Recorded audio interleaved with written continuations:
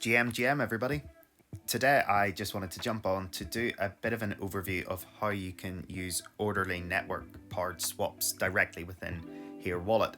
It's a really cool integration, works pretty seamlessly, and I've just been trying it out for the first time actually, and really keen, so I thought I'd share it with everyone. So a couple of things you need to do to get started is you need to get Here Wallet installed. It's on both iOS and Android.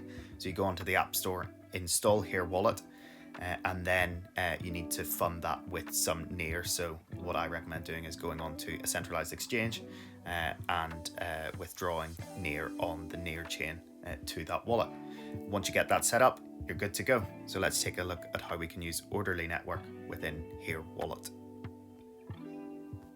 Okay, so once you've got the Here Wallet installed and you've got it funded with some NEAR, it'll look like this. And then you can head over to the swap tab and you can select the token that you want to swap your NEAR to. Here integrates with Orderly very nicely. So there's a button that says show only tokens on Orderly. So if you select that, you can then see that there is USDCE there. You can then proceed to type in the amount that you want to swap. In this case, I've entered 5. I can then select review, and that will pop up with all the details. And then you can review that. And then when you go at the top right corner, you can see it says best rate by Ref Finance.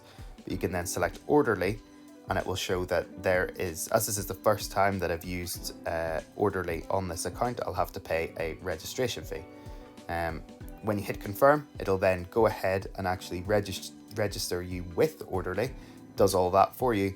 And in this case, I did actually encounter an error, or at least the app popped up with an error, but everything actually seemed to work correctly in the back end. You can see here that when I refreshed it, the USDCE did go through in the end. And just to confirm that everything was working okay, I decided to do another swap.